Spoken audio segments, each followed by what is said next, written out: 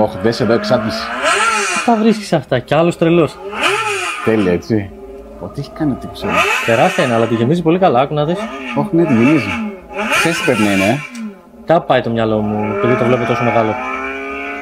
Παίζει να έχει κανονική εξάντληση από μέσα και όλο αυτό είναι ένα κάλυμα. Το έχει κολλήσει από πάνω, λες. Εγώ έτσι νομίζω. Ναι. Καλή μαγιά, θα το έκανα. Τι λες. Έξυπνο. Παιδιά, εσείς θα το κάνατε.